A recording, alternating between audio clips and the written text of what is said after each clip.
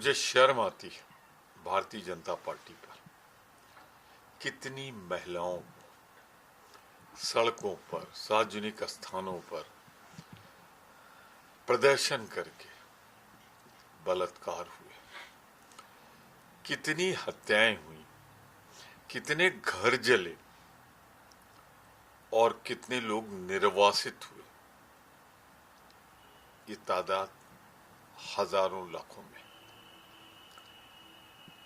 और अब chief minister को आप हटा रहे हैं। जो चीफ मिनिस्टर स्रोत था, कारण था जाति हिंसा का, पर जानबूझकर प्रधानमंत्री ने देश के एक हिस्से को जलने दिया चंद वोटों की लालच में, वर्ग संघर्ष करा के।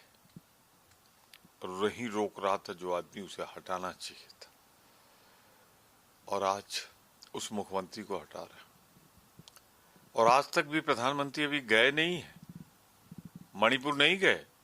लोकसभा का चुनाव पूरा बीत गया। अब तो मेरा आग्रह है, यहां जल रहा है मणिपुर और आप फ्रांस की यात्रा कर रहे हो। कहावत थी कि जब रोम जल रहा था तो नीरो बांसुरी बजा रहा था। प्रधानमंत्री जी, आपसे आग्रह है, ये जो हत्याएं और बलात्कार हुई हैं, इनके गुनाह से भारतीय जनता पार्टी बच नहीं सकती है।